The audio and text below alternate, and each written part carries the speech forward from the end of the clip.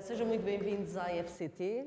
O meu nome é Júlia Seixas, eu sou professora aqui da FCT, do Departamento de Ambiente, mas eu estou aqui a falar-vos não nessa qualidade, mas na qualidade de coordenadora aqui na FCT de uma iniciativa onde este projeto está incluído. Portanto, este projeto do Cross Ideas. Tenho que ir para aqui para fazer.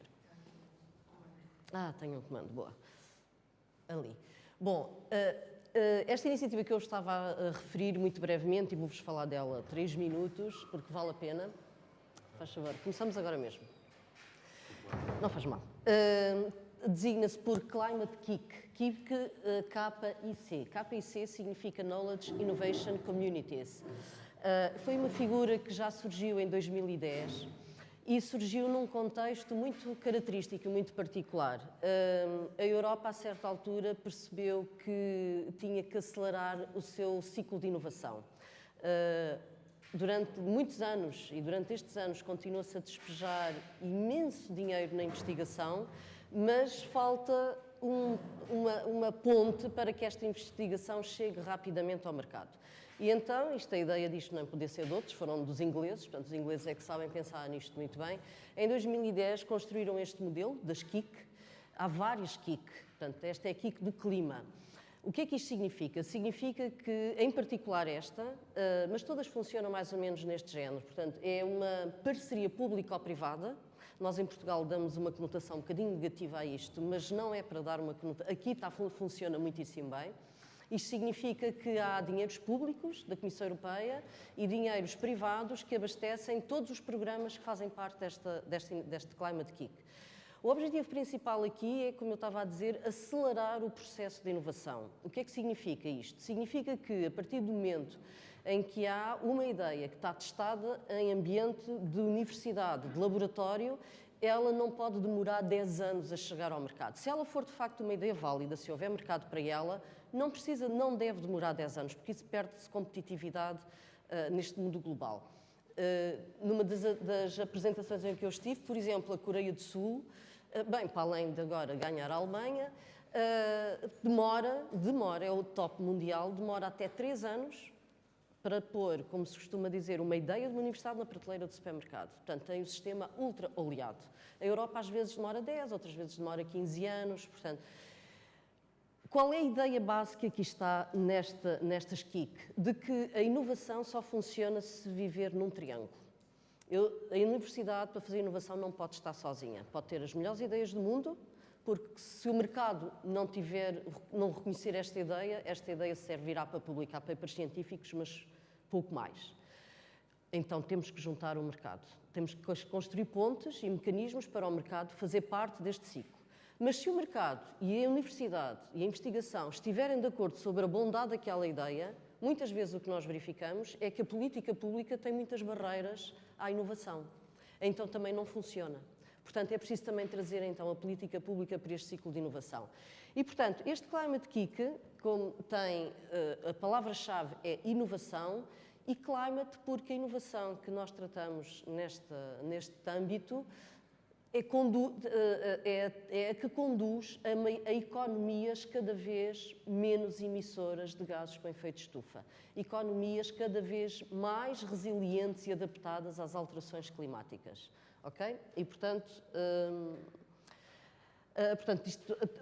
normalmente está-se interessado naquilo que se designa por inovação profunda ou estratégica, não aquela inovaçãozinha. Às vezes é aquele incremento.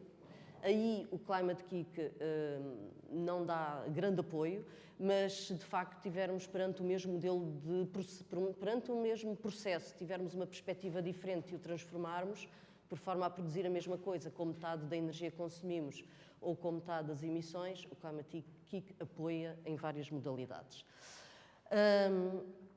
Eu vou passar aqui à frente. Portanto, aqui o que nós estamos interessados, o Climate KIC, naquilo que se designa por uma inovação sistémica, portanto, mais profunda, e basicamente funciona numa base de parcerias. Aqui a palavra de ordem, de manhã à noite, é parceria, parceria, parceria, sempre.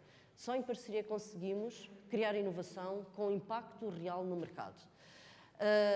Tem objetivos muito particulares de empreendedorismo e de incubação de novos negócios. Por exemplo, tem programas apenas dedicados à malta nova que queira fazer startups e leva as startups muito mais rapidamente do que... Agora já há muitos esquemas de incubação de startups, de aceleração, etc. Mas este aqui também faz. Inovação, sobretudo, aberta. Ou seja, Open Innovation significa que é uma inovação, não quer dizer que seja tudo, eu já me apercebi de outras nuances, mas inovação aberta é aquela que, à partida, pode não precisar de proteção de patentes. Embora, como eu disse, já assisti a casos em que isto também é verdade. Quando há necessidade de proteção de patentes, obviamente, tem que se proteger patentes. Pronto, e tem uma grande importância também naquilo que diz respeito à educação e capacitação. Não apenas dedicados a jovens, acabados de saída das universidades, mas mesmo a profissionais, a business, a pessoas do business que queiram. Portanto, o Climate Kick existe nos 28 Estados-membros. Neste momento, a forma como isto funciona é uma rede. Por exemplo, em Portugal, é uma rede de parceiros. O Climate Kick, neste momento, tem 330 parceiros, que inclui universidades, centros de investigação, pequenas e médias empresas, empresas gigantes da Europa e algumas instituições de caráter mais social, ONGs, por exemplo. Okay? Em Portugal há 2 parceiros do Climate Kick. Parceiros significa que temos um contrato assinado com o Climate Kick em Bruxelas e que podemos ter relações financeiras e preferenciais com este conjunto de iniciativas. É a FCT, esta aqui é a FCT, e uma empresa pequena que é a BGI, que é uma aceleradora de startups, porque nós não tínhamos cá essa competência, então associamos esta BGI.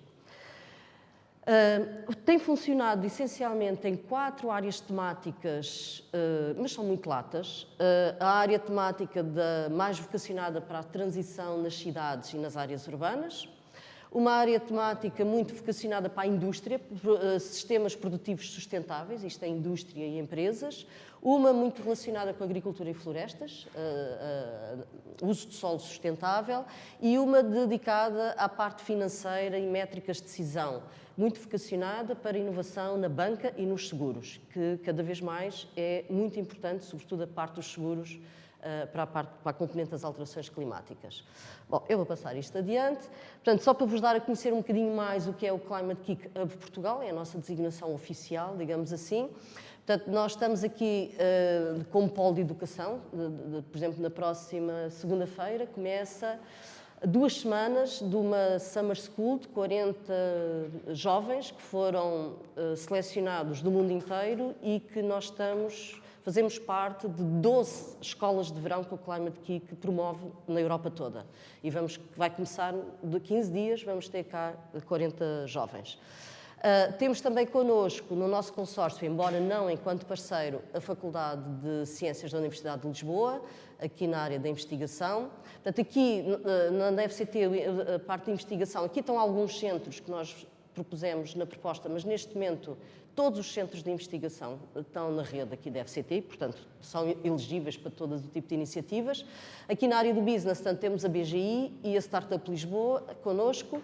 E depois aqui nas áreas de políticas públicas temos a Agência Portuguesa do Ambiente e também uma organização não governamental de ambiente, que é a Zero. Ora bom, aqui este Cross Ideas, o objetivo que nós aqui temos é o seguinte.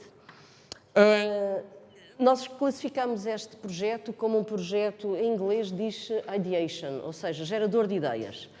Porque houve uma call, portanto, isto também é interessante vocês perceberem o ambiente em que nós vivemos no Climate Kick. Apesar de nós sermos parceiros, para eu ter acesso a algum financiamento, eu tenho que competir com os outros parceiros que resolverem, não é? Os 330, nem toda a gente está a concorrer sempre aos mesmos programas, mas para eu ter acesso a projetos, para nós aqui termos acesso, temos que entrar em competição aberta com a rede toda.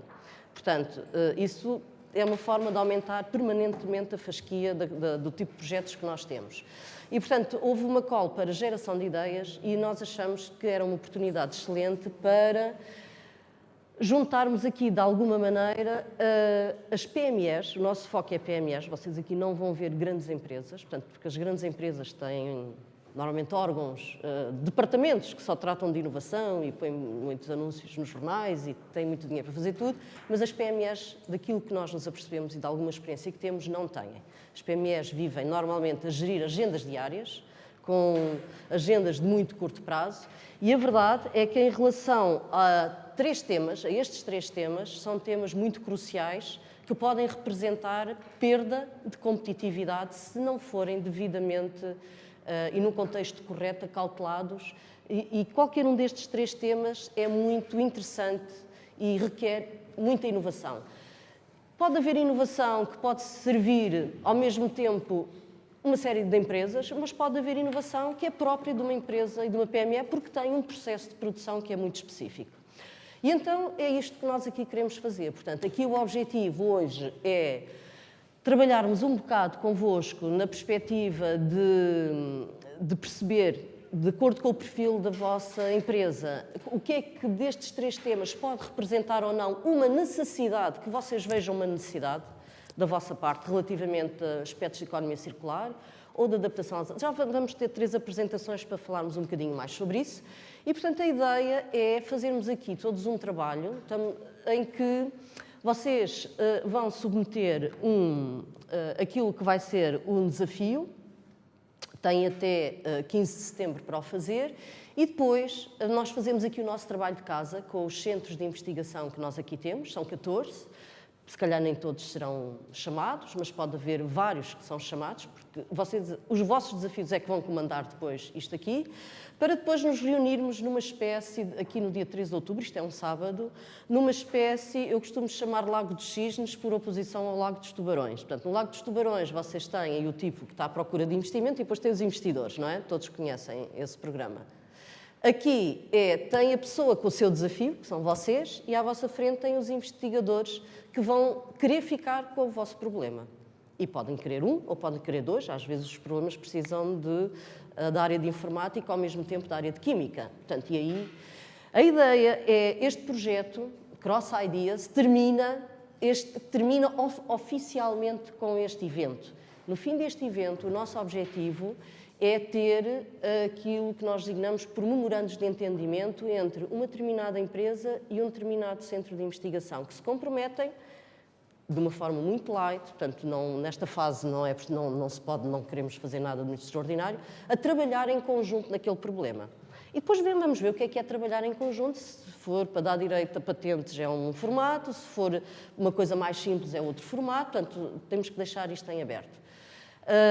E, portanto, esperemos que este projeto seja o início aqui de uma relação não apenas de vocês, portanto, da vossa parte nós esperamos a identificação de temas prioritários e desafios que vocês identifiquem como prioritários nestes temas, desenvolvimento de novos projetos, provavelmente um desafio que vocês tenham para ser resolvido pode dar direito a um projeto específico, depois logo veremos, em termos de enquadramento de financiamento, temos muitas alternativas, incluindo o próprio Climate Kick, que pode ter isso. Através desta linha, desta iniciativa, vocês têm acesso a uma série de competências e de know-how que de outra maneira não teriam. Precisam de falar com alguém na área de biotecnologia. Nós temos aqui um dos melhores centros, não estou a dizer de Portugal, da Europa, de biotecnologia. Eles já sabem e estão interessadíssimos em falar com quem tiver problemas nesta área ou de quem tiver desafios. Portanto, para nós, isto também é muito interessante. Para nós, para os meus colegas, eu não sou dessa área. Também novas oportunidades de financiamento e, se calhar, captação de novos talentos, quem sabe. Depois, para nós, é muito importante também porque dá-nos acesso a ambientes de desafios reais, que muitas vezes estamos um pouco longe, a investigação às vezes está um pouco longe da realidade e dos desafios reais.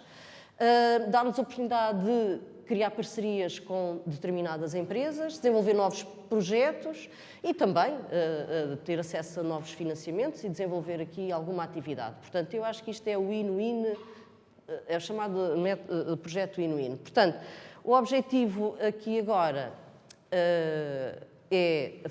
nós vamos fazer 3 apresentações muito sucintas, são 15 minutos e não mais de 15 minutos, eu olhar aqui para os meus colegas, e depois fazemos um pequeno intervalo e então depois na segunda parte juntamos aqui grupos e trabalhamos um pouco em partilha e perceber o que é que isto pode significar para cada um de vocês, ok?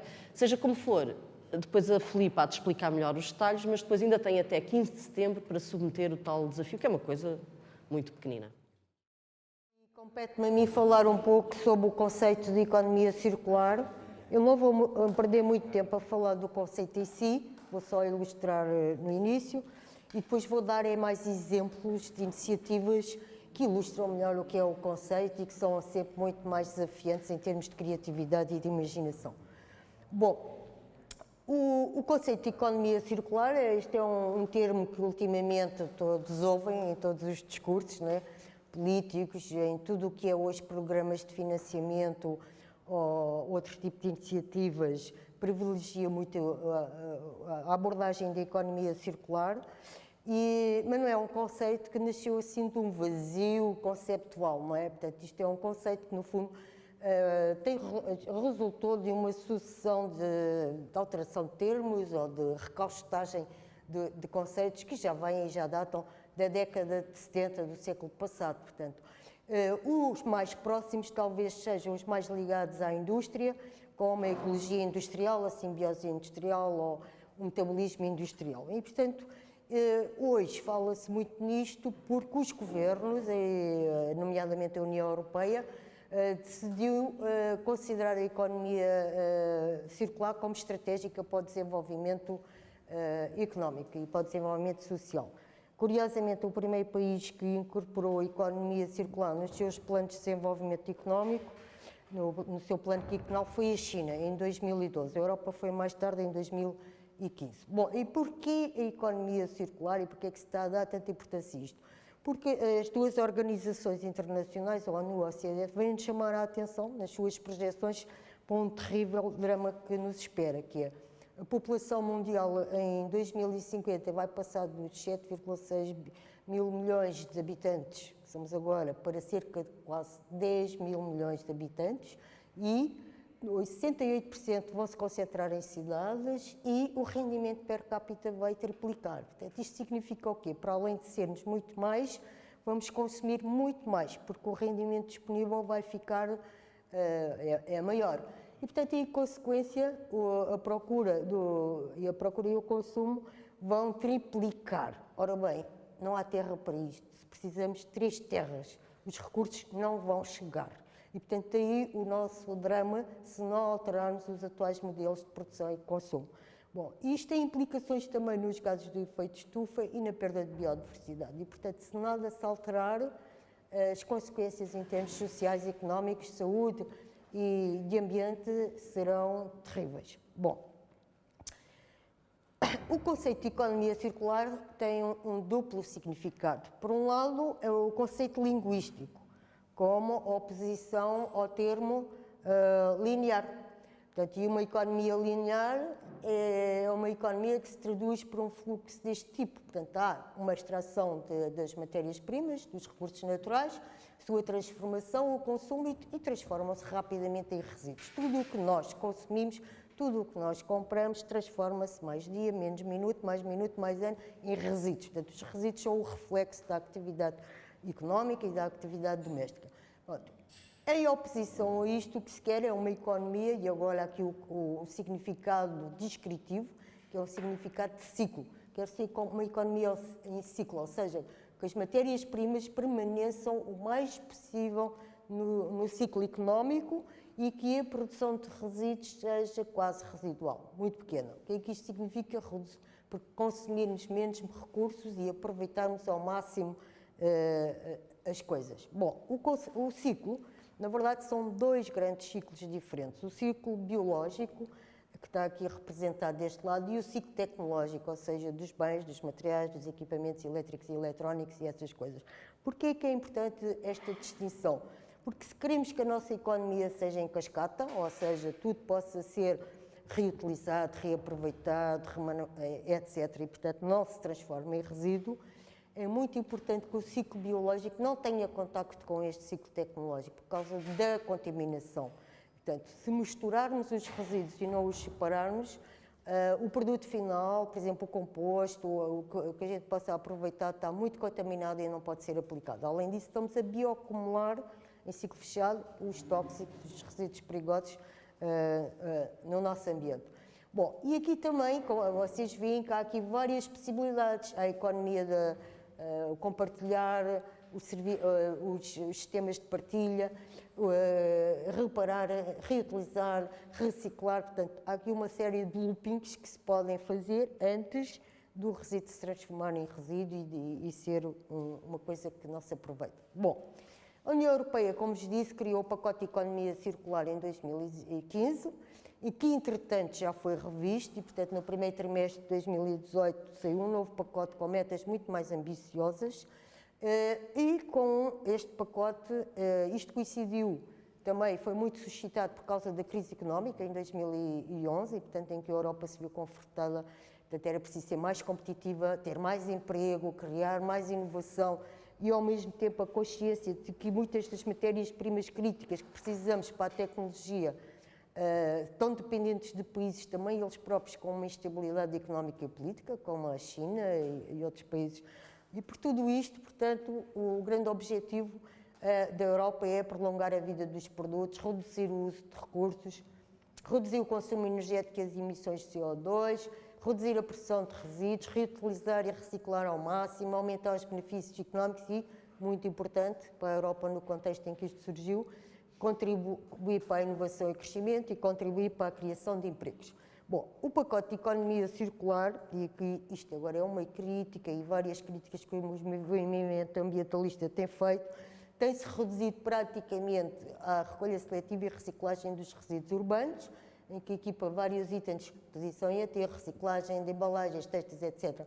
Há metas específicas a atingir por todos os Estados-membros, isto vai exigir um esforço não só dos sistemas de gestão de resíduos, mas de nós, como consumidores, porque os resíduos têm que ser separados na fonte, senão não há reciclagem, quer dizer, a indústria só pode reciclar se a gente lhes fizer chegar material com alguma qualidade e em quantidade. Bom, isto vai obrigar à alteração de 6 diretivas, a Diretiva 4 de Resíduos, a Diretiva dos Veículos em Fim de Vida, dos equipamentos elétricos e eletrónicos, das pilhas e acumuladores e da deposição em aterro, mas a grande crítica, como eu vos estava a dizer, que se tem feito ao pacote de economia circular é que, por exemplo, o ecodesign, que é importantíssimo, porque nós, para podermos reciclar, temos que fazer o desenho dos produtos e dos processos a pensar qual é a melhor forma depois de os reparar, qual é a melhor forma de separar as componentes, porque cada componente tem o seu circuito de reciclagem, qual é a melhor forma de não usarmos tanto matéria-prima crítica, por exemplo, que estamos muito dependentes do exterior e, portanto, é fundamental que se pense também muito, por exemplo, no ecodesign, quer de produtos, quer de processos, porque os processos também podem aqui economizar muito. Bom, e esta tem sido a principal crítica. Bom, a União Europeia também no pacote de economia circular privilegiou estes 6 grupos de resíduos ou de produtos, os plásticos, e saiu agora a estratégia dos plásticos para a economia circular e por isso é que vocês ouviram ultimamente muito na comunicação social a história dos descartáveis, né? Isto porquê? Porque os plásticos, para além de serem de difícil biodegradabilidade, representam 80% do lixo marinho e, portanto, é um problema muito sério. A cadeia portanto, os alimentos, também isto é muito importante, toda a cadeia alimentar do canal Eureka e dos consumidores, a Europa desperdiça 30% dos resíduos alimentares que produz. Isto não tem qualquer lógica e até é imoral, para além dos impactos ambientais. Portanto, isto também é prioritário. As matérias-primas críticas, porque já vos disse, porque a Europa está muito dependente disto de outros países, a biomassa e os produtos como possível biocombustíveis, os fertilizantes, porque tem que se harmonizar a legislação, por exemplo, com o composto, para que o composto e os resíduos de construção e demolição, porque são o resíduo maioritário na União Europeia. São 30% do total de resíduos e têm um potencial de circularidade enorme que não está a ser aproveitado. Bom, mas, portanto, não basta tecnologia, não basta falarmos de reciclagem, isto vai exigir alteração de modelos de produção, como vos disse, e também vai a alteração de comportamentos e de mentalidades. Bom, e aqui as universidades têm um papel fundamental, não só porque são fonte de inovação, e esta iniciativa é um exemplo disso, né? Nós vamos ver os vossos desafios, vamos tentar investigar, criar soluções, mas também porque são locais que formam os profissionais. E aqui há um papel enorme a fazer que as universidades, principalmente cá em Portugal, não estão a fazer. Ou seja, fala-se em ambiente, em economia circular, em alterações climáticas, etc., nos cursos de engenharia do ambiente e de gestão ambiental.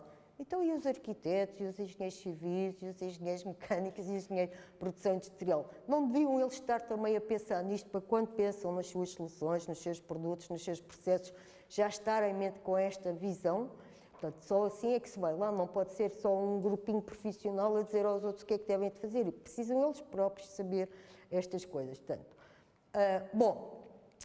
portanto, isto é o conceito. Agora vou-vos dar alguns exemplos de algumas empresas, porque é muito mais fácil assim perceberem as coisas. Por exemplo, a Interface, uma empresa que foi pioneira nos tapetes sustentáveis, que o seu CEO, o seu fundador, estabeleceu em 1994 objetivos para 2000. Zero de impacto ambiental, 100% de recursos energéticos renováveis, zero resíduos, zero emissões de gases de efeito de estufa. O que é que eles fizeram? Eles criaram um produto novo, o Entropy, que tem padrões aleatórios. Ou seja, com isto reduzem imenso a quantidade de resíduos de produção das alcatifas, porque permite um maior reaproveitamento. Fizeram também o aluguer de tapetes e alcatifas, portanto, quando o cliente quer trocar, eles trocam e ficam com isso e aproveitam para novos tapetes. E não usam cola, não usam cola precisamente para possibilitar e não dificultar a reutilização e a reciclagem. E com tudo isto conseguiram, qual foi o seu contributo para a sustentabilidade? 50% de materiais reciclados e biológicos utilizados, recolha de alcatifas e esquema de reciclagem próprio, por um sistema de logística inversa, 95% de energia renovável e 98% de redução dos gases do efeito de estufa. Bom, Philips. A Philips, a área de iluminação pública é barata em termos de equipamentos, postes e luminária, mas é bastante cara em termos de consumo de energia. Bom, mas isto era o passado. Agora, com as novas soluções mais eficientes, nomeadamente as lâmpadas LED, fica muito caro para os municípios investirem nestas novas tecnologias. Então, a Philips, consciente disso, criou um serviço para as autarquias, e este caso, portanto, esta é uma aplicação, por exemplo, que já está em algumas cidades holandesas, em que passou a vender serviços de iluminação. Portanto, vende já os postes com as luminárias e com a nova tecnologia. As autarquias pagam menos do que consumiam de energia, porque isto dá direito a muita redução de consumo energético e, portanto, todos ganham. Os municípios têm menores custos, a Philips consegue assim atualizar a sua tecnologia e ir, porque depois o que é que acontecia? Tinha lâmpadas ou luminárias mais evoluídas tecnicamente, mas a Câmara tinha lá os postos antigos, as coisas antigas que aquilo não dava, portanto, e assim consegue desenvolver os seus produtos altamente tecnológicos, quem perde é a Companhia de Eletricidade. A Avenida da República. Sim, sim, só que aí a Câmara tem que comprar tudo, e este é a Philips que fornece, está bem? Bom, a HP também montou um sistema simples, ou seja, as impressoras estão ligadas ao seu serviço, quando o tinteiro está quase a acabar, disparam o aviso, o cliente recebe o tinteiro para substituição sem se incomodar. O envelope dá para pôr o tinteiro usado e é devolvido, e com isto reutilizam e conseguem poupar imensas... conseguem, e com o serviço também de atualização de software e hardware, conseguiram reduzir 40% do consumo de energia, reduzir em 25% o consumo de papel e reduzir os custos em 30%. Bom, esta é uma empresa que também se dedica, também é engraçado, ela retoma todos os equipamentos, especialmente equipamentos elétricos e eletrónicos, que têm pequenos defeitos e faz uma seleção e tem um conjunto de empresas com quem trabalham, fazem uma seleção e veem se o produto é para reparar, reciclar ou revender. Pronto, e conseguem 50% a 50% recuperar, recondicionar e revender, conseguem estes valores fabulosos. De outra maneira, o que é que acontece? As empresas retomam e mandam para a reciclagem. E, portanto, a reutilização é muito mais eficiente que a reciclagem. Bom, com isto conseguem também, portanto, altas coisas. Esta, 3, é a última que eu vos tenho para apresentar.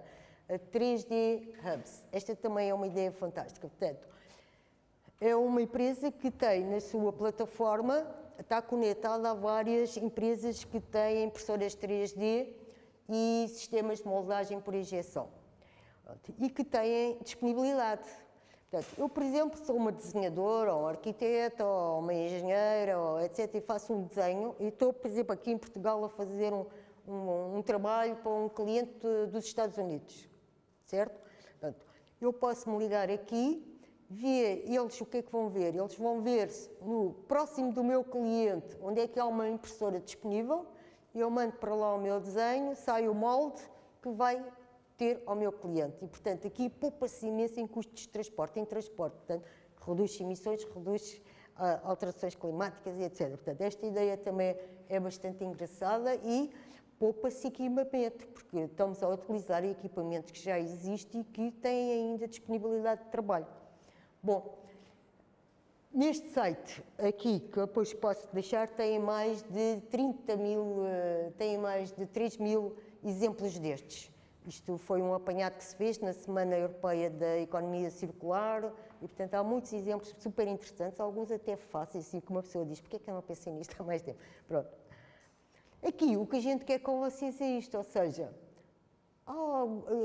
relativamente à vossa empresa, ao tipo de serviço que prestam, há alguma oportunidade, e porque na economia circular são mais os desafios e as oportunidades do que o contrário. Portanto, aqui ninguém está a limitar, restringir, proibir, aqui estamos a dizer, puxem pela cabeça, porque há oportunidades, há desafios interessantes.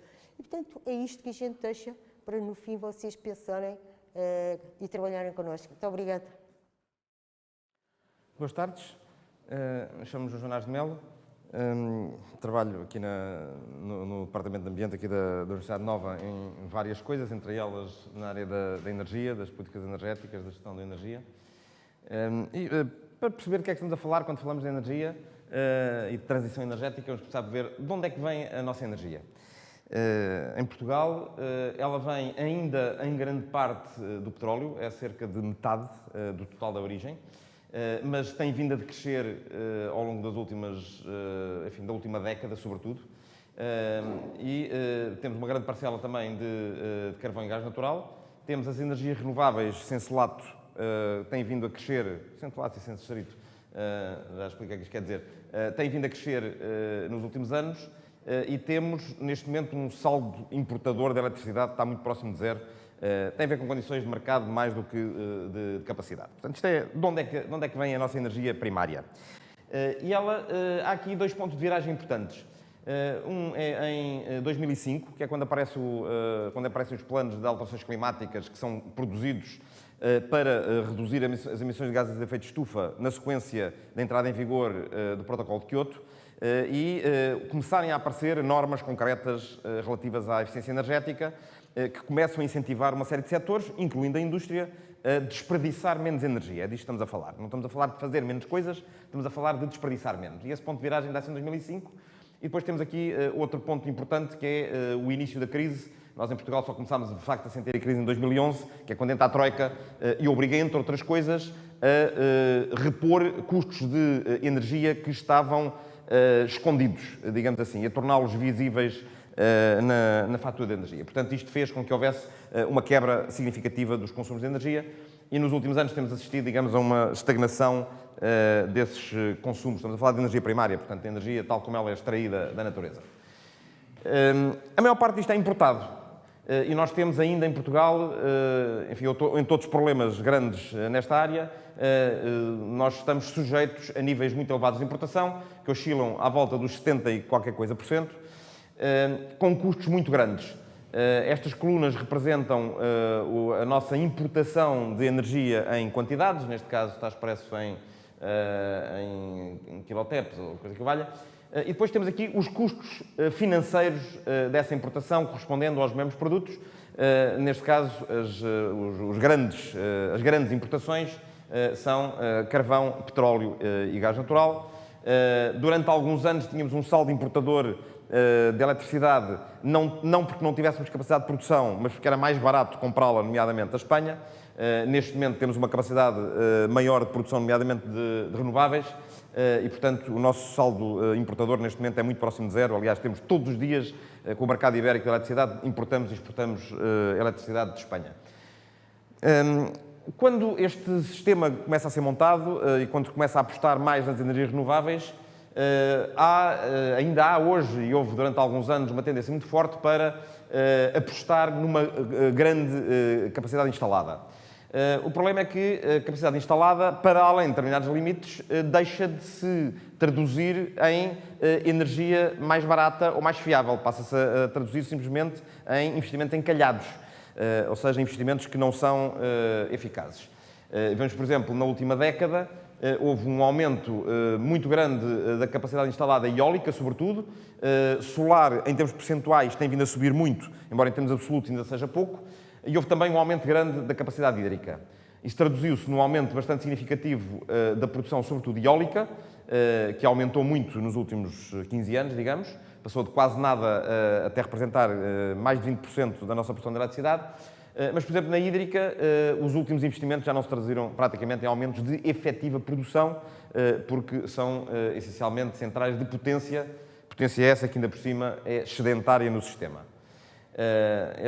Esta imagem ilustra a capacidade elétrica, esta aqui é a capacidade instalada. Aquilo que é efetivamente utilizável é, teoricamente, esta linha amarela, é aquilo que está disponível. Nenhuma central elétrica está disponível todo o tempo. As centrais com combustíveis fósseis estão disponíveis uma percentagem maior do tempo, 70%, 80%, 90%. As centrais hidroelétricas ou eólicas, o valor típico será 25% de disponibilidade, porque obviamente são intermitentes. Produz hidroeletricidade se houver água, nos anos em que há água, produz energia eólica quando há vento, produz energia solar quando há sol. A boa notícia é que, apesar de elas serem todas intermitentes, elas são previsíveis até certo ponto. A energia hídrica é armazenável, a energia eólica eu consigo prever com um dia 2 de antecedência quanto vento é que vou ter e é muito estável em termos interanuais. Portanto, de um ano para o outro é muito estável. A energia solar, eu sei exatamente a que horas é que há sol, daqui até ao dia do juízo. Sei exatamente a que horas é que há sol em cada ponto do planeta. E, portanto, é muito previsível, embora seja intermitente, não há sol à noite, naturalmente. Portanto, apesar de terem limitações em termos de disponibilidade, têm graus de previsibilidade ou de utilização de várias formas que permitem jogar com a complementaridade entre as várias fontes renováveis, isso é importante.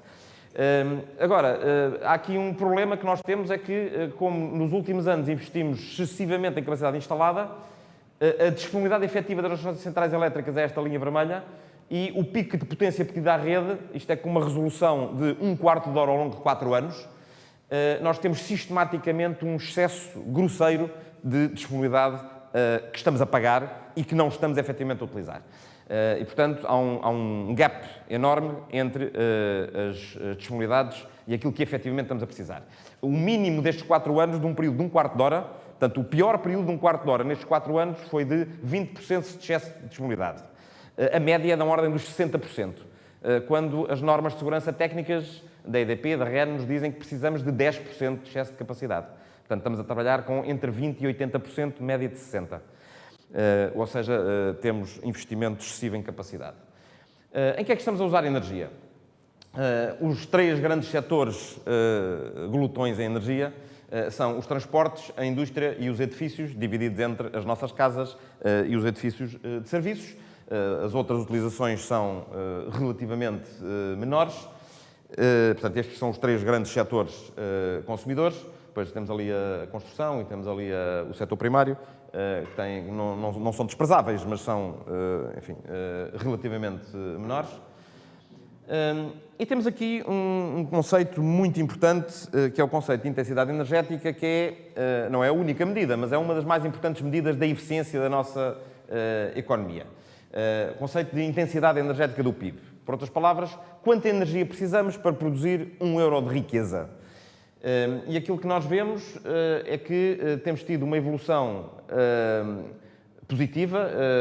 Talvez a linha mais importante seja esta, da quantidade de energia final necessária para produzir 1 euro de riqueza, são valores todos para Portugal. Aqui temos a evolução do PIB, que foi-se abaixo com a crise, e aqui temos a evolução do consumo de eletricidade. A tendência é que cada vez mais vamos utilizar a eletricidade, por várias razões, não só pela sua versatilidade, como porque as fontes elétricas de eletricidade, em grande parte, são nacionais, são controláveis, têm uma maior segurança do ponto de vista geoestratégico, do que as fontes fósseis, em particular. Mas vemos que, ao nível da utilização de energia primária, isto é muito flutuante. Quais é que são aqui os fatores principais de flutuação? Tem a ver com os preços dos combustíveis, por um lado, e tem a ver com a grande variabilidade de disponibilidade hídrica. Portanto, que é uma forma de energia que tem várias virtudes, tem várias coisas, mas que é pouco fiável numa base interanual. E, portanto, esta intensidade energética é determinada por um conjunto de aspectos, desde logo o modelo de desenvolvimento. Apostamos num desenvolvimento energívoro ou parcimonioso no desperdício de recursos. Isso faz logo toda a diferença à cabeça. E nós até agora temos tido, apesar de haver melhorias tendenciais nos últimos anos, temos tido um modelo de base que é energívoro, que estruturalmente não liga ao facto de sermos muito ou pouco consumidores. O desempenho económico efetivo, portanto, as variações do PIB, para sermos simplistas, é um dos fatores muito importantes na indução da procura de energia útil. O preço da energia tem uma importância muito grande, que muitas vezes não é suficientemente valorizado. A evolução tecnológica é fundamental. A maior parte dos ganhos que nós tivemos na última década foram baseados apenas em evolução tecnológica e não em políticas ativas. Há algumas políticas, mas são relativamente fracas, relativamente modestas. Portanto, o grande fator de melhoria de eficiência na última década foi efetivamente a evolução tecnológica, portanto, leia-se inovação. E também as opções de investimento em eficiência energética ou não, quer dos privados, das empresas, das famílias, quer dos poderes públicos. Que se prende com estas opções de investimento a existência de incentivos num sentido ou noutro. Especificamente no setor industrial, as barras azuis claras são a situação em Portugal. Tivemos melhorias bastante significativas, ou enfim, bastante, mais ou menos, sobretudo a partir de 2000, enfim, que se notaram mais a partir de 2005, portanto temos aqui descidas, que são descidas pressionadas pela regulamentação e pelos tais programas de eficiência energética e também pela evolução tecnológica. Depois, quando entra a crise, temos uma perda. Porquê?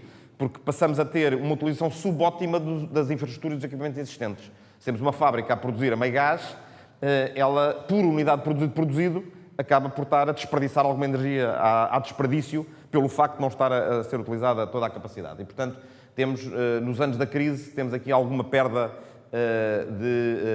de eficiência energética, neste caso medida pela intensidade energética do produto.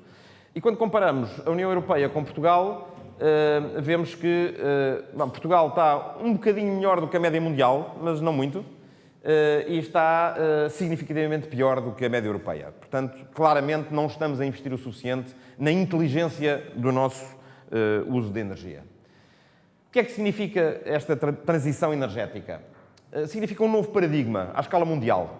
Nós olhamos para os Objetivos de Desenvolvimento Sustentável, para o Acordo de Paris, sobre o clima, para as estratégias de energia, quer da União Europeia, quer as recomendações da OCDE e da Agência Internacional de Energia, e este é o padrão que emerge para este novo paradigma. É aquilo que os poderes públicos que já refletiram sobre isto defendem para o futuro, pelo menos no papel. Primeiro, descarbonizar a economia. Claramente, o Acordo de Paris é incontornável. É uma necessidade e é também uma obrigação jurídica. Prioridade à eficiência energética. Isto é o que dizem todos os programas que têm um mínimo de consistência e de credibilidade, todos, sem exceção. Depois das palavras aos atos, vai uma certa distância, como já vamos ver. Transição renovável de baixo impacto. Isto é importante. Isto significa que, a médio prazo, estamos com o fim da era do petróleo à vista. Um amigo meu, arqueólogo, costuma dizer que a idade da pedra não se acabou por falta de pedras. Acabou-se quando se inventou a metalurgia. Portanto, a idade do petróleo não vai acabar por falta de petróleo. Embora o fim do petróleo seja, teoricamente, uma possibilidade. Mas as reservas de petróleo que temos dão para 50 anos. Portanto, não vai acabar a era do petróleo. Vai acabar graças às inovações que nós conseguimos construir para criar alternativas. Mas não é só o petróleo. Há uma série de outras tecnologias energéticas, digamos, da segunda metade do século XX ou do século XX, que estão sob ataque por boas razões, porque têm impactos ambientais extraordinários.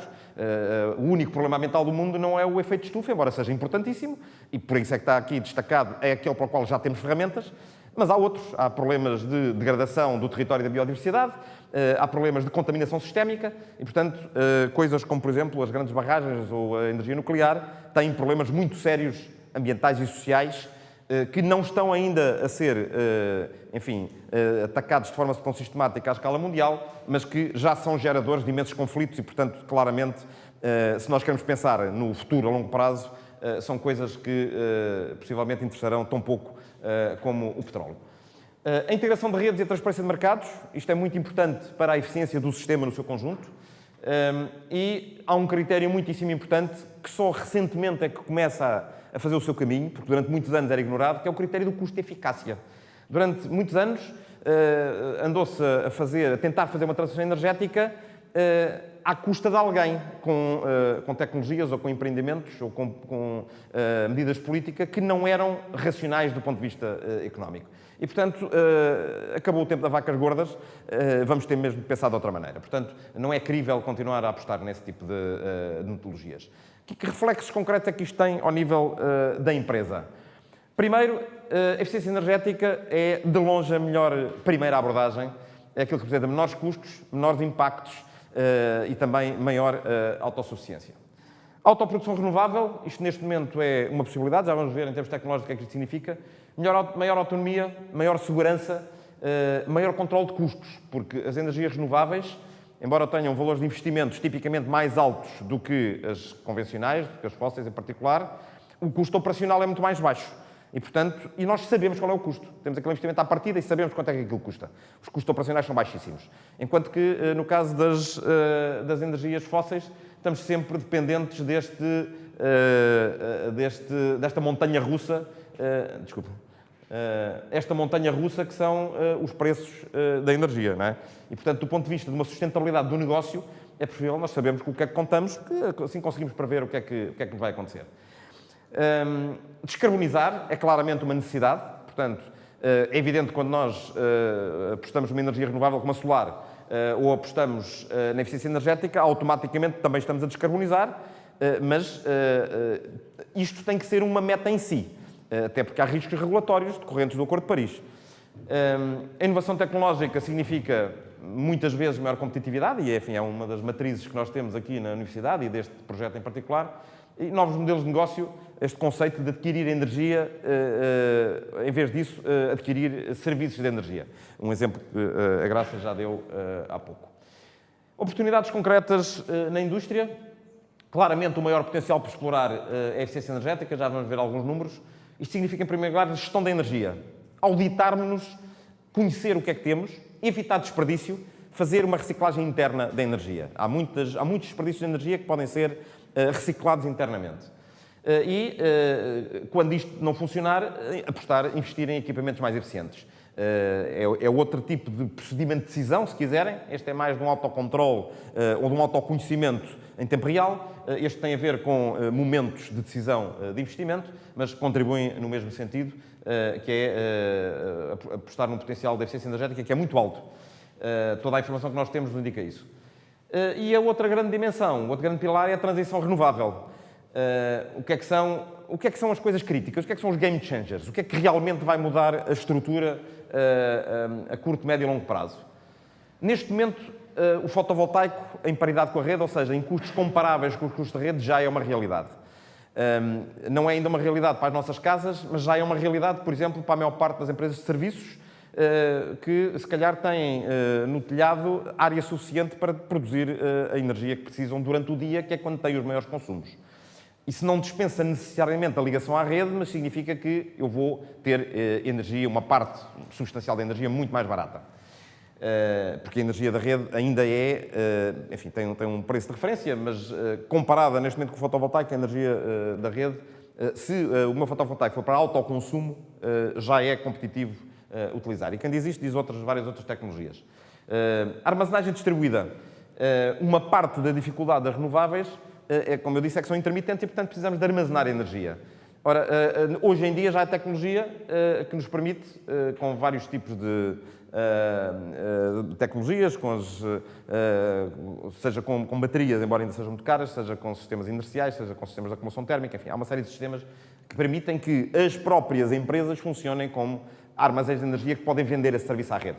É mais barato fazer isso de forma descentralizada do que estar a fazer mais armazenagem centralizada de energia, por exemplo, através da bombagem hidroelétrica, que é um bom sistema até certas potências. Dali para a frente já deixa de ser rentável porque o investimento é muito caro e passa a ser mais interessante para o sistema do seu conjunto apostar nessa armazenagem descentralizada. Novos modelos de negócio. Há muitos novos modelos de negócio. O novo conceito é o chamado prosumer, produtor-consumidor. As ESCOs, as empresas de serviços energéticos, as cooperativas, enfim, há uma série de novos modelos de negócios que permitem isto. Microgeração renovável e a um nível, enfim, mais genérico, não à escala da empresa estrito sensu, mas à escala daquilo que os parceiros sociais devem exigir dos poderes públicos, uma reforma fiscal que promova maior equidade, promova também o ambiente e promova mais sustentabilidade, inclusive económica. Qual é que é o potencial que nós encontramos? As auditorias feitas no âmbito do sistema de gestão de consumos intensivos em energia aponta que, na última década, as empresas envolvidas neste sistema conseguiram obter poupanças de 6% a 9%, a média é de 8%, portanto está à volta de 1% ao ano, portanto, tipicamente os horizontes destas coisas são à volta de 8 anos.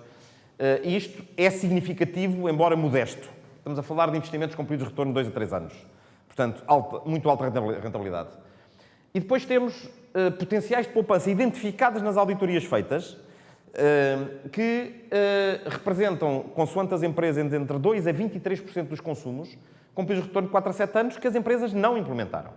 E, portanto, as contas que nós temos feitas é que, para eu conseguir 20% de poupança, eu precisaria de um investimento de 5 mil a 6 mil milhões de euros e que a maior parte das empresas, se eu baixar os períodos de retorno de 4, 5 anos para 2, 3, vão fazer esses investimentos e de outra maneira não os fazem.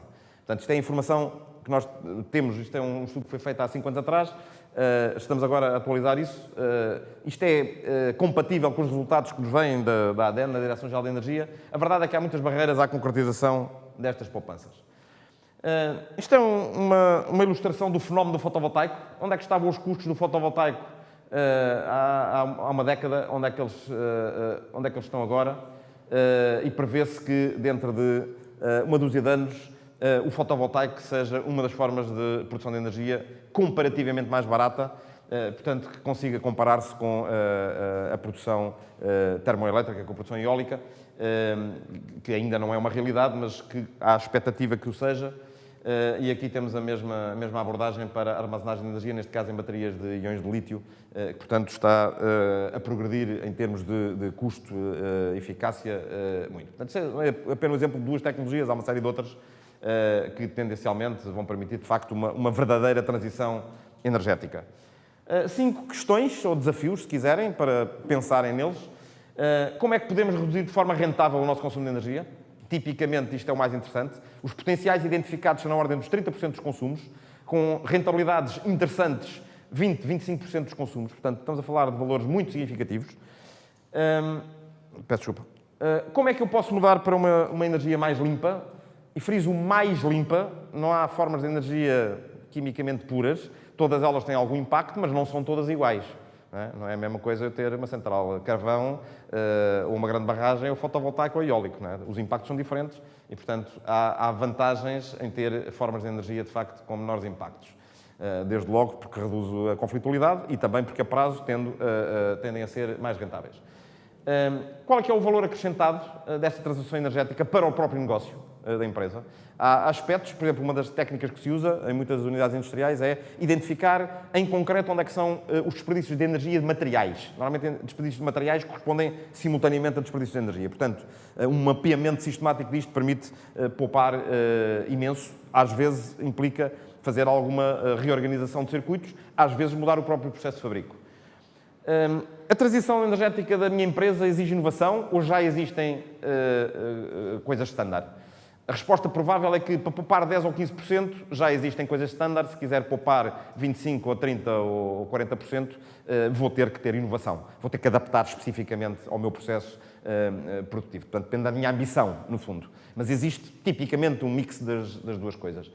E se quisermos ter uma vistas mais largas, como é que posso genericamente contribuir para uma sociedade mais sustentável energeticamente? As empresas são também atores sociais e, portanto, podem também desempenhar um papel se perceberem como é que o sistema funciona e podem ajudar a melhorar o sistema fora de portas, digamos assim. Muito obrigado.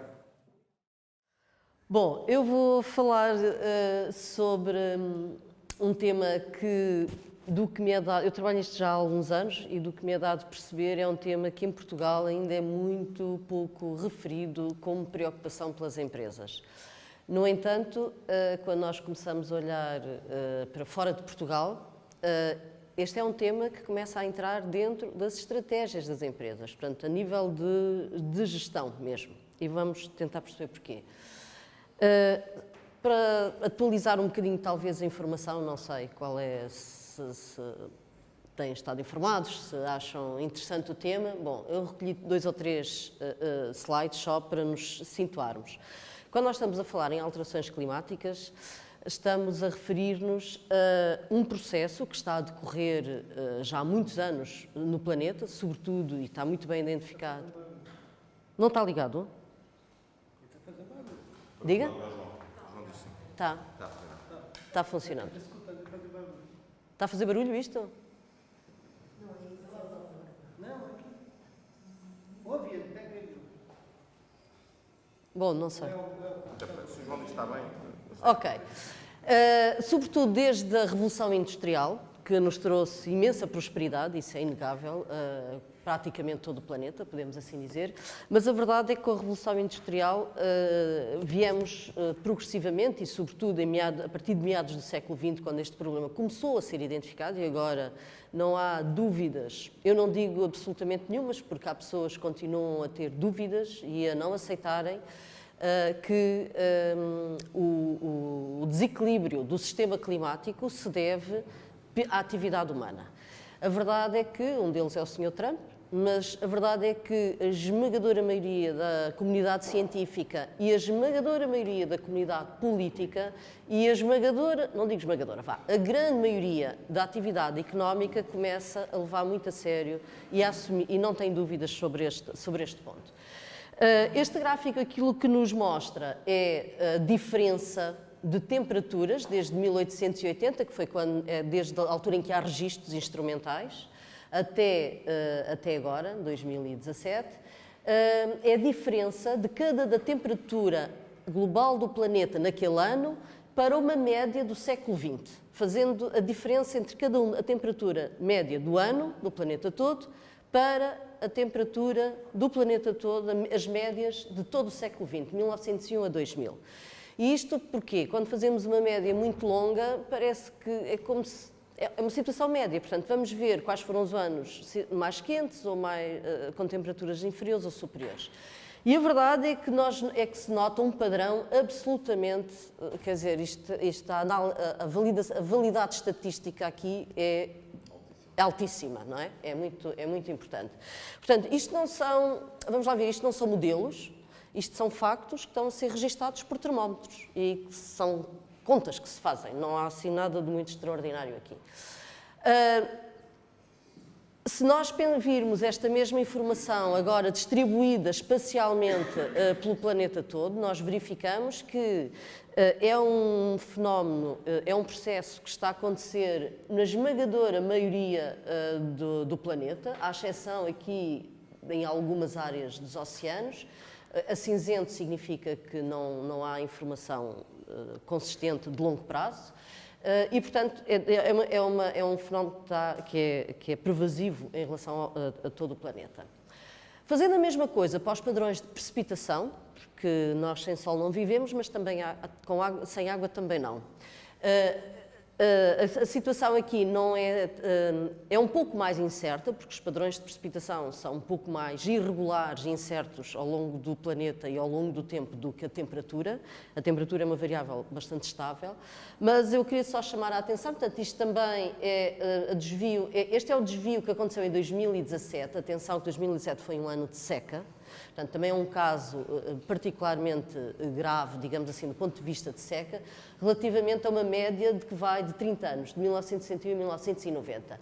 E nós verificamos aqui que grande parte aqui da zona da Península Ibérica e mesmo do sul da Europa e do Mediterrâneo foram dos anos mais secos que se podem considerar. Portanto, a questão que se coloca é relativa, o que é que isto faz? Quando se aumenta a temperatura, isto faz, quer dizer, estamos só com invernos mais quentes, a malta lá para cima, para a Rússia, e não sei, pá, estão satisfeitíssimos, não têm problemas nenhum com isso, bem pelo contrário, poupam imenso a energia. A malta na Finlândia, o acréscimo da taxa de crescimento nas florestas, e a floresta é um dos maiores setores económicos da Finlândia, tem aumentos que podem, em alguns casos, chegar a 20%. Portanto, economicamente é um impacto interessante. Porquê? Porque estamos a aumentar a temperatura, eles não têm limitações de água, estamos a aumentar o CO2, é chamada fertilização de CO2, e o CO2 é o que está na base da ativação da fotossíntese, portanto, a taxa de fotossíntese está a aumentar, portanto, as florestas estão a crescer mais depressa. Malta como a Finlândia, anda satisfeita com o problema. Seja como for, portanto, aquela malta lá de cima anda satisfeita, não tem grandes problemas com as alterações climáticas. No entanto, eu escolhi só 2 casos. Há outras zonas do planeta em que isso não é bem assim. Nós, o ano passado, assistimos a uma sucessão de fenómenos extremos. Escolhi aqui o caso dos furacões, que eram sistemáticos, 2 em 2 semanas nasciam ali ao pé da zona de Cabo Verde e chegavam à costa dos Estados Unidos. E foi considerado, portanto, aqui é o Harvey, é o Irma, o Maria, estes 2 de categoria 5. O Harvey deu direito a chuvas que supostamente só acontecem uma vez em cada 1000 anos. E esta empresa que aqui está, que é uma das minhas fontes principais de informação, é a Munich Re. Munich Re é uma empresa de resseguros. As melhores malta para ir buscar informação sobre danos devido a eventos climáticos são as resseguradoras. As empresas de seguros seguram uma casa, ou 2 casas, ou 3 casas. Mas quando há os incêndios da Califórnia, e são milhares de casas, algumas delas a valer milhões de euros, não há nenhuma empresa de seguros que aguente aquela perda, aquele valor económico que se perdeu. Portanto, normalmente há um esquema de resseguros, há 2 grandes empresas no mundo de resseguros, uma delas é a Munich Re, que quando há grandes perdas, elas chegam-se à frente porque há um esquema de partilha de risco entre milhares de empresas do mundo de seguros e estas empresas de resseguros. E, portanto, eles estão muito atentos, porque isto, quando vão ter com eles, uma vez de 10 anos, vivem bem. O problema é se vão ter com eles uma vez todos os anos. Começam a não ter modelo de negócio, porque isto aguenta bem de vez em quando. E, portanto, eles estão muito atentos e sistematizam e têm imensa informação e contratam climatologistas e têm modelos a funcionar equivalentes aos das universidades nas instalações deles. Portanto, o que eles dizem é que o relatório que publicaram sobre 2017 foi o ano mais caro já registado para perdas económicas nos Estados Unidos. 100 mil milhões. 100 mil milhões. Portanto, isto 2 anos ou 3 anos seguidos disto, não tem modelo de negócio para o assunto. Na Europa também tivemos um caso particular que merece registro por eles, é um caso que eles selecionaram como mais interessante na Europa. Mais interessante é que houve aqui um período entre abril e maio de geadas fortíssimas na Europa e como nós tivemos, como já estamos a ter primaveras cada vez mais cedo, a parte agrícola estavam todas já em fase de floração muito avançada e, portanto, houve perdas muito grandes, sobretudo nos produtores de frutas e de vinhos. E, portanto, as perdas económicas foram estimadas em 3,3 mil milhões para a Europa toda, apenas 600 milhões estão seguros. Isto também tem a ver com a lógica europeia dos agricultores, que normalmente não, estão muito mais afastados destes esquemas de seguros do que os americanos, que já há muito tempo estão mais à frente. Mas é para vos dar a dimensão do que é que estes impactos, este desequilíbrio do sistema climático, começa a provocar, de facto, nas atividades humanas. Não há qualquer problema em haver geadas. A Europa sempre teve geadas. A Europa não tinha geadas entre abril e maio. Isso é que é o problema. As geadas sempre houve, gigantescas. O problema é o tempo em que as coisas quando começam a correr, é que está um pouco desequilibrado. E é isso que faz alterar. Este é um mapa que, se vocês virem, é um mapa produzido todos os anos por eles. Peço-vos para ignorarem o que está a vermelho, porque diz respeito a terremotos, que não tem a ver com o que nós estamos aqui a querer fazer, a querer referir, mas, por exemplo, tudo a azul são eventos que foram... Azul são eventos relacionados com hidrologias cheias. A amarelo são eventos relacionados com temperaturas extremas, secas, ondas de calor e fogos florestais. E a verde temos então as tempestades tropicais, os furacões, etc, etc. E o que vem para aqui são eventos que são considerados já muito graves a partir de um determinado nível de perdas. E, portanto, nós verificamos que a nível mundial, de facto, é muito visível o impacto deste desequilíbrio do sistema climático. Que, como o João Joanás falou, o meu colega Joanás falou, na transição energética, mesmo que nós tivéssemos uma varinha de condão e a partir da próxima segunda-feira deixássemos o mundo inteiro de emitir, não ia acontecer nada de muito diferente nos próximos anos, porque estes sistemas climáticos e o CO2 que nós estamos a colocar na atmosfera, já estamos a colocar lá e vai ficar lá durante 100 anos. Portanto, a ideia é não continuar a pôr mais, e por isso a transição energética. A pergunta que se coloca é o que é que estas alterações do clima têm a ver com o meu negócio. Isto é a pergunta que vocês devem colocar. Eu, neste momento, não sei qual é o vosso negócio, nenhum, mas a pergunta tem que a fazer. Mesmo que no fim do dia cheguem à conclusão, parece que o meu negócio não tem nada, mas convém pôr essa pergunta. E porquê? Porque eu posso ter impactos, a minha empresa, o meu negócio, pode ter impactos diretos ou impactos indiretos. Quando nós falamos em impactos diretos, são impactos que acontecem diretamente da área em que eu controlo, da minha empresa. Aqui estão alguns exemplos, quer dizer, a malta que apanhou com o furacão Harvey ou que apanhou sucessivamente com aqueles furacões, quer dizer, deixou de funcionar objetivamente. Pode haver matérias-primas que eu tinha guardado e que se estragaram porque tive um período muito longo de muita chuva ou de grandes inundações. Posso ter sobreaquecimento de maquinaria durante um período longo de ondas de calor. Os meus funcionários que até vivem em casas, isto não tivemos a oportunidade de falar, nós em Portugal sofremos muito de pobreza energética naquilo que diz respeito a frio, passamos muito frio, e a calor, ainda passamos mais calor. O que vale é que Portugal está aqui à beira, sobretudo nós que estamos no litoral, estamos à beira do Atlântico e durante a noite arrefecemos. Porque se durante a noite não arrefecemos, nós não vamos conseguir dormir e por isso é que quando há ondas de calor, os equipamentos da Vorta nos esgotam e às vezes até vê nas notícias. Porque nós não, e ao fim de 3 dias deixamos de pensar. E, portanto, isto significa que se tiver ondas de calor, como já costumamos a ter, isto de facto leva a muito absentismo e já há vários estudos destes feitos para o sul da Europa com resultados objetivos. Depois, em termos indiretos, depende muito da atividade de cada empresa, mas a maior parte das empresas depende de uma cadeia de fornecedores, seja para o que for, não é? E, portanto, se eu posso ter, por algum motivo, portanto, posso ter impactos negativos na minha cadeia de fornecedores, seja de recursos, ou por falta de água, ou por falta de energia, porque houve algum problema que mandou... Um daqueles furacões, por exemplo, na Costa Rica, em Porto Rico, mandou abaixo toda a infraestrutura de eletricidade. Deixaram de ter eletricidade. Ou porque pode haver atrasos nas entregas dos fornecedores porque tiveram, entretanto, as matérias todas estragadas porque foram inundados, etc.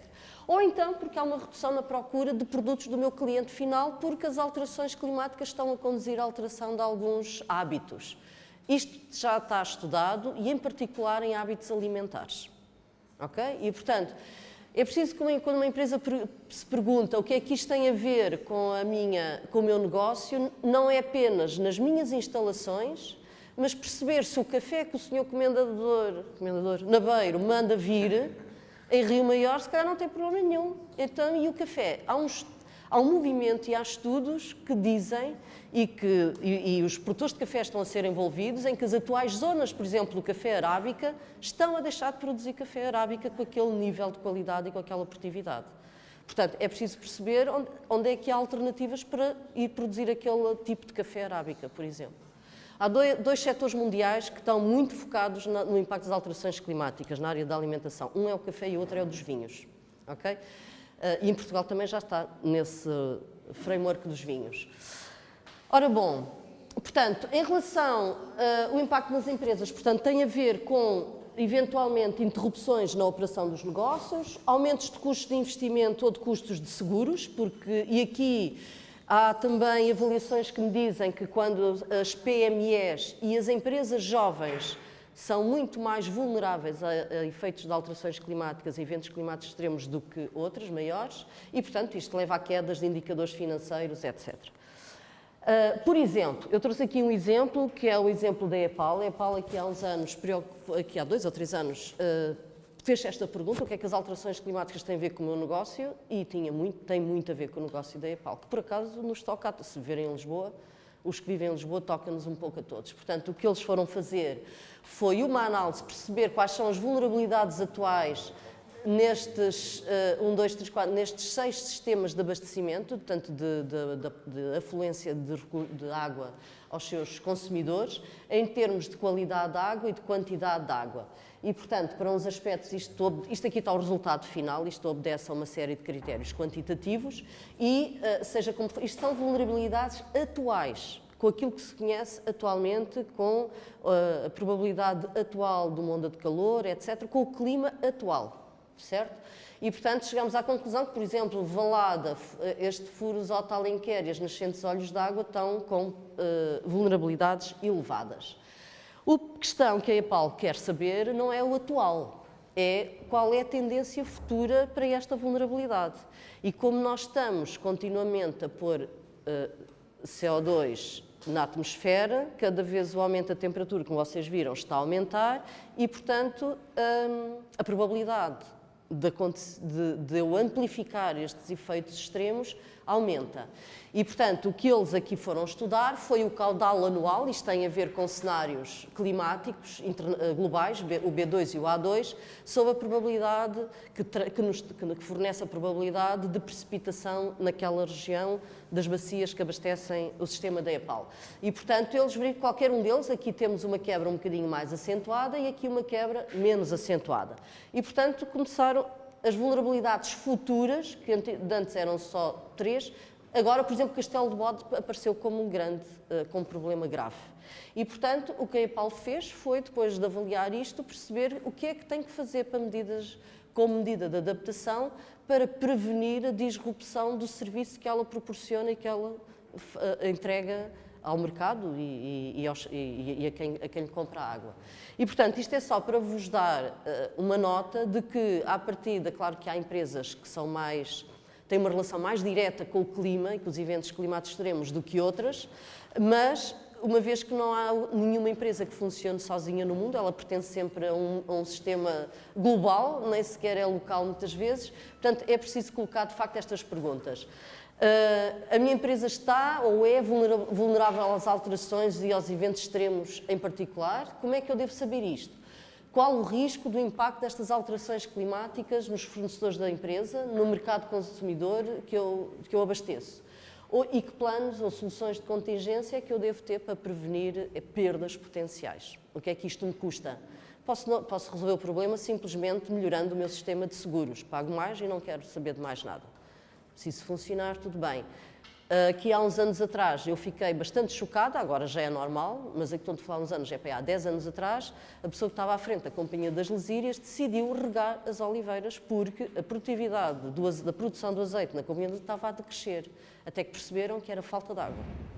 E, portanto, fizeram um investimento gota a gota. Atualmente já é uma norma a rega dos olivais, sobretudo dos intensivos. Portanto, mudou um bocadinho o paradigma.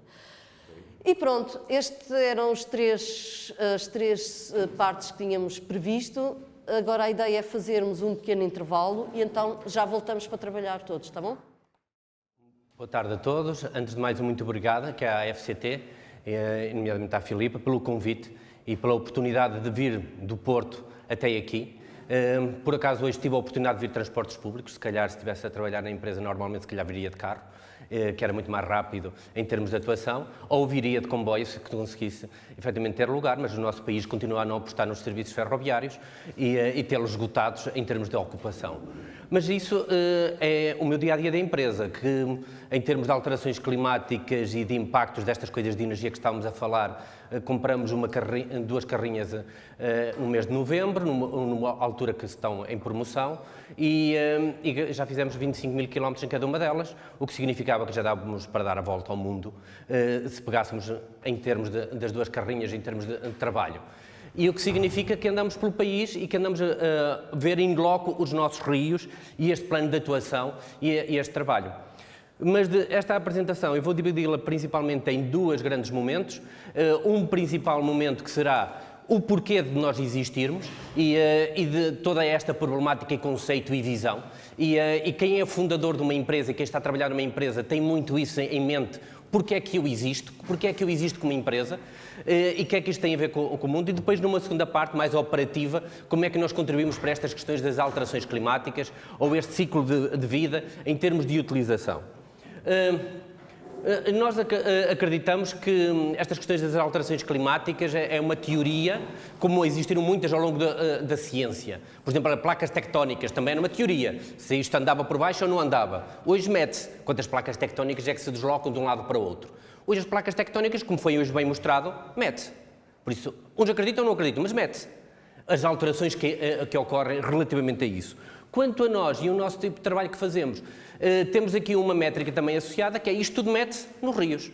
E os rios transparecem uma sociedade e o funcionamento de um planeta. Exatamente como já diziam os romanos na altura do funcionamento das suas cidades. Um rio que passa pela sua cidade, ele vai transparecer o tipo de sociedade que aí se encontra e o tipo de empresas que também aí se encontra nesse espaço. Em Portugal existem 120 mil quilómetros de linhas de água. Por isso é uma oportunidade em termos de atuação, com uma grande diversidade em termos geológicos e em termos de atuação, mas também com um conjunto de oportunidades onde vão parar todas estas questões que se estão a falar agora de reciclagem de resíduos verdes e toda esta gestão de resíduos, vêm-se nos nossos rios. E estão lá décadas de camadas de resíduos ao longo deste espaço. Onde é que eles vão parar? Recentemente apanharam uma baleia morta, não é? E encontraram lá 80 quilos de plástico. Ninguém ficou envergonhado, porque ninguém disse, olha, era meu, aquele era meu. Ninguém disse isto, porque não há corresponsabilização. Eu posso dizer que também era meu, porque eu, no meu plano de atuação, não estou a contribuir ainda para que parem de se jogar plásticos ao mar e morrer mais animais e criar impactos. Isso significa que os meus clientes, as pessoas com quem eu trabalho, têm que ter também uma consciência ambiental desta dinâmica de funcionamento em termos de atuação. E há rios que literalmente já foram esquecidos, foram entubados. A cidade de Lisboa já nem fala em rios, a estação de 7 rios foi uma coincidência, darem o nome, se calhar, ou se calhar passam lá por baixo. Não é? Na cidade do Porto, 66 km de linhas de água, 70% estão entubados. E também acho normal, em frente à Câmara não há problema nenhum, o rio está entubado. Não é? E depois isto vai ter implicações, não é só na construção da nossa sede de empresa onde é que nós estamos localizados, mas depois os impactos que aqui ocorrem e relativamente à poluição e às descargas de utilização. E os ciclos das empresas, depois vê-se muitas vezes, ora, temos uma descarga industrial, aqui temos o saneamento de casa que ainda não está a funcionar, aqui temos o ABC do ambiente, o papel ainda deitado fora, e aqui as plantas invasoras que são plantadas no jardim e depois toda a gente fica com elas, mesmo que não queiram. E estas são algumas das problemáticas em termos de rios que nós encontramos numa sociedade que efetivamente virou as costas a estes recursos hídricos que, quando nos são interessantes, utilizamos, mas depois não externalizamos os benefícios. Não é? Só externalizamos efetivamente a fatura que alguém trate e se não for para o saneamento e que ninguém tratar, também para mim não é problema nenhum. E efetivamente temos ainda muito trabalho para desenvolver ligados aos sistemas hídricos, nomeadamente as questões das cheias, das secas, como é que elas são geridas nos vários espaços em termos de atuação e duvido que alguém consiga trabalhar nestas ruas num dia normal que esteja a acontecer um evento destes, qualquer que seja a empresa. Por isso não tenho dúvida nenhuma que as alterações climáticas e o plano de atuação toca a todos, a toda a sociedade e que a solução também vai passar por tocar a todos, como é que cada um vai poder dar contributos em termos de atuação. Isto significa ter novas ideias e novas operativas. A coincidência da lâmpada, esta é do fogo de Pedrógão e eu assumi para mim mesmo que os fogos em Portugal também foram minha responsabilidade, porque nem falava da temática das florestas, nem falava destes problemas associados aos rios. Sim, porque é exatamente no fogo de Pedrógão que eu vejo e fotografo exatamente como é que o incêndio se progride e como é que ele é travado, exatamente na frente ribeirinha, quando é de vegetação autóctone, nativa, típica de Portugal. É que há muitas coisas que nós queremos importar, mas há outras que nós temos que saber preservar e valorizar os nossos recursos. Mas porquê é que as empresas têm que valorizar o que é nosso? Não, o que eu tenho que é ganhar dinheiro. Bem, se o objetivo é ganhar dinheiro, então eu sou a pessoa errada para estar aqui a falar com vocês, porque um dos objetivos maiores é criar, efetivamente, melhorias de rios e de ecossistemas. E tenho que ganhar dinheiro para poder fazer esse trabalho. E para o poder gerar em termos de atuação. Mas isso já iremos de seguida. O que eu acredito, e em termos de plano de atuação, é que os rios são um corredor ecológico e que nós podemos transformar, efetivamente, estes espaços num verdadeiro ecossistema onde as lontras podem ter biodiversidade de existir no nosso planeta. E não tenho que ir para o oceanário ver lontras, ainda por cima, que nem são portuguesas, não é? E que são marinhas. E que pagam pessoas imenso para ver essas lontras. Mas para verem lontras em rios em Portugal, não. Ninguém paga porque acha que nem existem, ou se isto existem, não tem que se pagar. Que há custos, efetivamente, de ecossistema, mas isso é outra conversa que teríamos aqui associados ao plano de atuação. Bem, isto como é que se materializa em termos de rios? Tenho o domínio hídrico, aqui, que é um plano de 10 metros ao longo das margens do rio que eu tenho que preservar, que é um espaço que é privado. Existem serviços públicos de utilização, e nomeadamente saneamento, que são utilizados aqui neste espaço. Muitas empresas têm aqui este seu espaço, e temos o espaço do rio. Eu passo, falo, ninguém me liga nenhuma. Ninguém quer saber muito disto que eu estou aqui a falar, porque não tem a ver com o seu dia-a-dia. Ok, quando eu passo lá neste dia e falo disto, toda a gente me ouve e toda a gente quer ouvir a minha opinião e porque é que eu tenho esta opinião em termos de atuação, nomeadamente este proprietário, relativamente à localização da sua casa. E isto são, efetivamente, muitas das problemáticas que nós temos e que temos que gerir esta dinâmica social em termos de atuação, em termos de trabalho. Então, a nossa empresa tem como visão contribuir para a melhoria dos rios, através de um sistema hidrológico, ecológico e social, em que quer promover uma palavra que é sustentabilidade. E para a materializar no seu dia-a-dia em termos de atuação. Isto é uma utopia e isto só se faz nas universidades. E foi aí exatamente que eu andei a fazer investigação, no primeiro mestrado, depois do mestrado fui para o doutoramento e depois no final do doutoramento estive no mundo das ONGs a tentar materializar este conceito.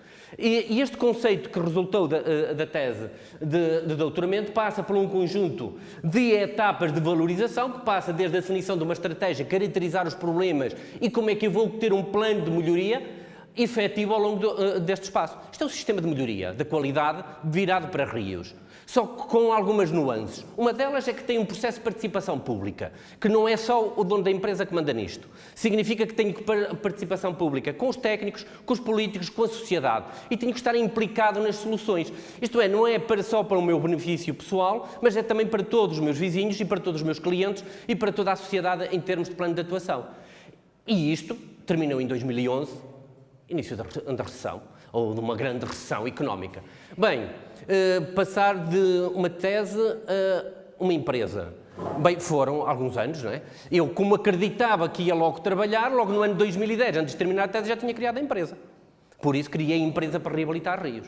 A questão é como é que eu vou começar a trabalhar sozinho, e ainda por mais ter funcionários e ter pessoas a ter que pagar e ter que operacionalizar. Bem, esse é vender este conceito e em termos de atuação. E então nós temos um ciclo de vida dos nossos projetos. Um ciclo de vida dos nossos projetos que passa por uma proposta em termos de quem é que é os nossos clientes, o Estado Central, municípios, associações ou privados. Sim, trabalhamos para associações ambientalistas, em que, em alguns casos, damos-lhe consultoria gratuita, noutros casos, não, eles têm dinheiro também para nos poder pagar e para podermos fazer projetos com eles, em termos de valorização de rios. Depois temos visitas de campo. Significa que não fazemos teorias. Na net encontramos tudo o que quisermos. Mas se quisermos ver como é que está neste momento, muitas delas, podemos ter lá a câmara, mas não vos vai dar temperaturas, porque não tem lá o sensor a trabalhar, ou então para colocar o sensor já não vai dar o cheiro, e se não vai dar o cheiro não sabe dizer o proprietário. E há muitos trabalhos que têm que ser feitos in loco. Então, se há trabalhos in loco, nós vamos a campo para fazer validação. Mas mais do que nós fazemos trabalho de campo, é ensinar o nosso cliente a ele ir a campo. Em que ele, se não for a campo, e que não precisa de virem pessoas do Porto para chegar à guarda, para fazer uma recolha de uma amostra da qualidade da água, para mandar para o laboratório, que eles têm lá, que eles, com os técnicos deles podem fazer isso. e que nós podemos ensiná-los a fazer esse processo. Mas, e tem lá uma universidade, um instituto politécnico, que pode fazer lá a investigação e que pode fazer esse trabalho associado.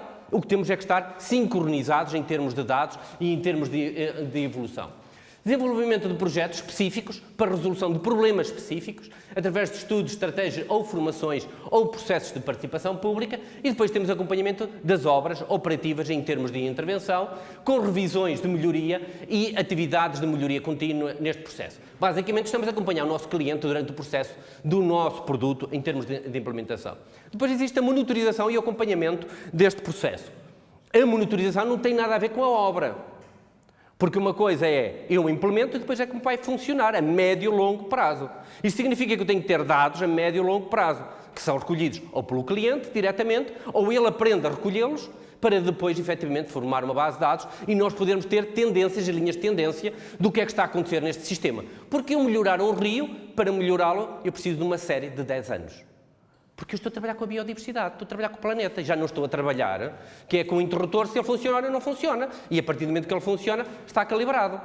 Eu estou a trabalhar com sistemas que precisam, efetivamente, de uma durabilidade, saber se ele já passou por lá uma cheia e se ele aguentou esses processos. E se a população está adaptada a esses processos em termos de atuação, de acordo com o objetivo. E depois temos o processo de manutenção. A parte da manutenção, aí provavelmente toda a gente tem a ideia dessa problemática, que é que toda a gente quer comprar novo, agora manter e fazer uma manutenção acertada e a mais eficiente, não, a maior parte das instituições prefere um novo. E então temos problemas dos ciclos dos produtos associados. Basicamente o que é que nós temos? Então os projetos, as empreitadas, a manutenção associada e agora entramos com um outro processo. Que é, temos que ensinar tudo isto que estamos a fazer.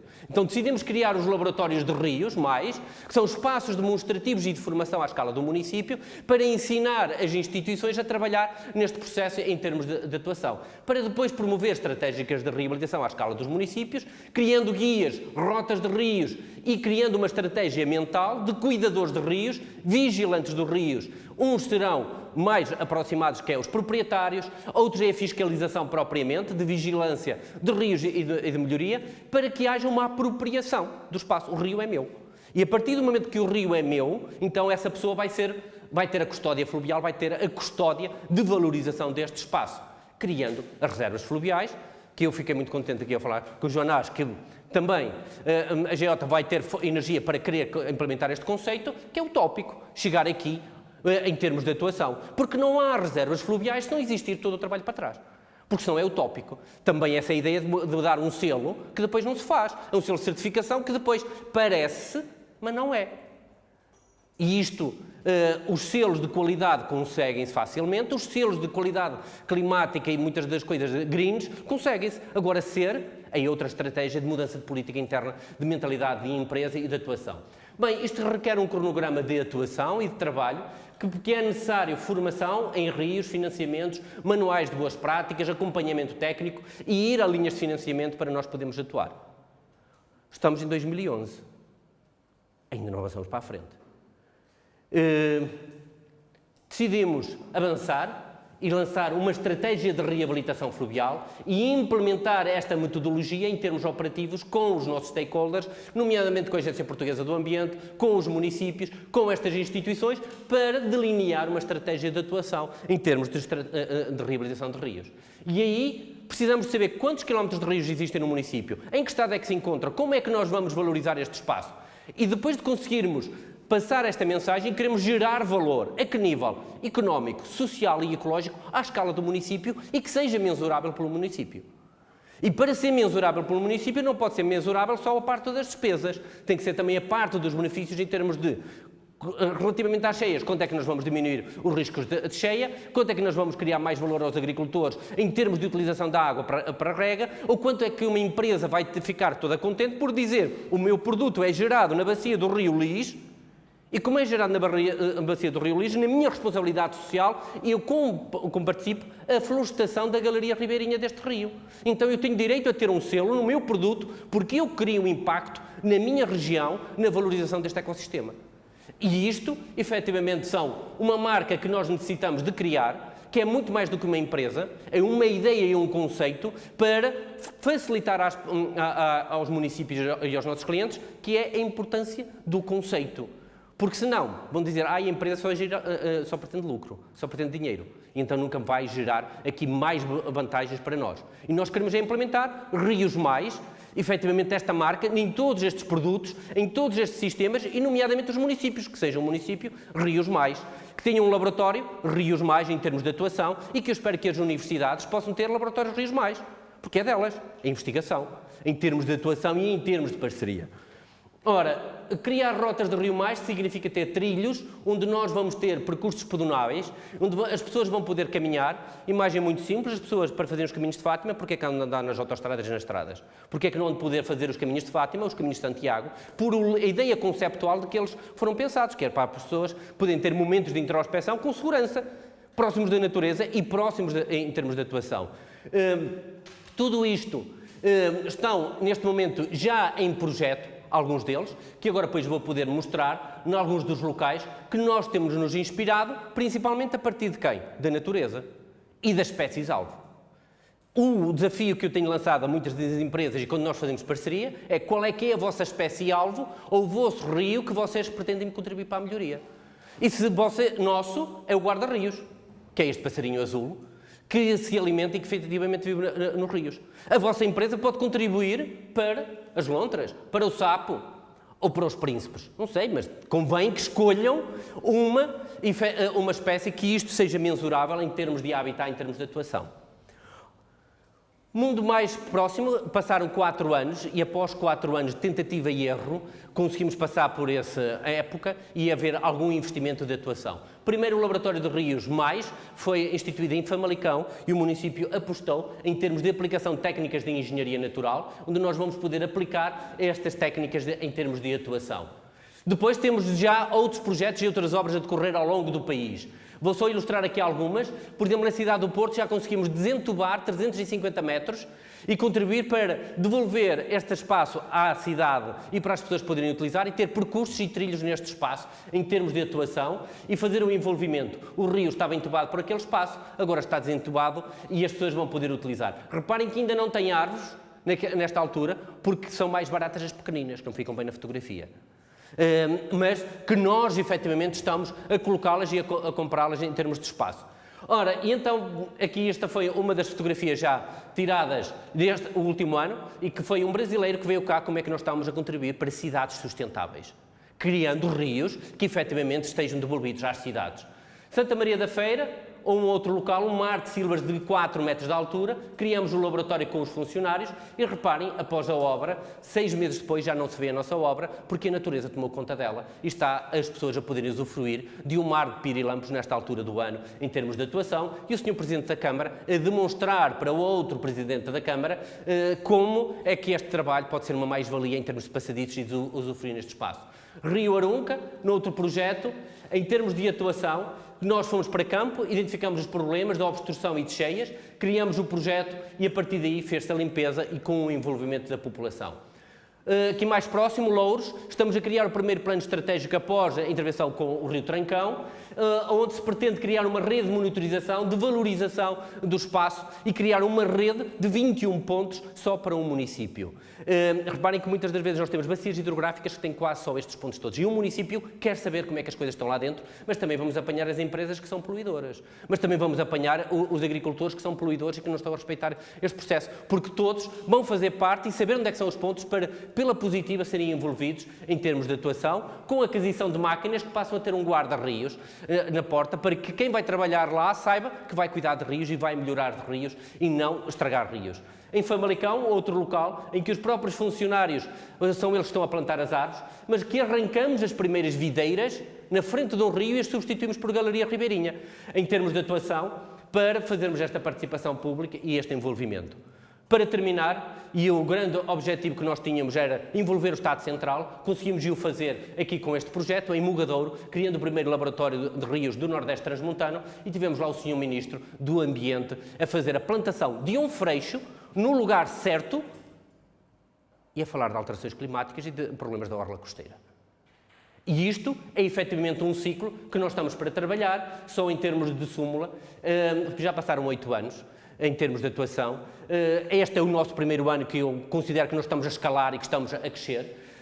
Estamos com cerca de 10 colaboradores, mais de 25 km de técnicas, mais de 120 km de intervenções que já se realizaram e mais de 27 mil árvores que estão no domínio hídrico nos primeiros 10 metros. Muitas mais há para fazer, muito trabalho que nós queremos fazer em parceria com as empresas, com as instituições, porque todos somos importantes para lançar novos desafios.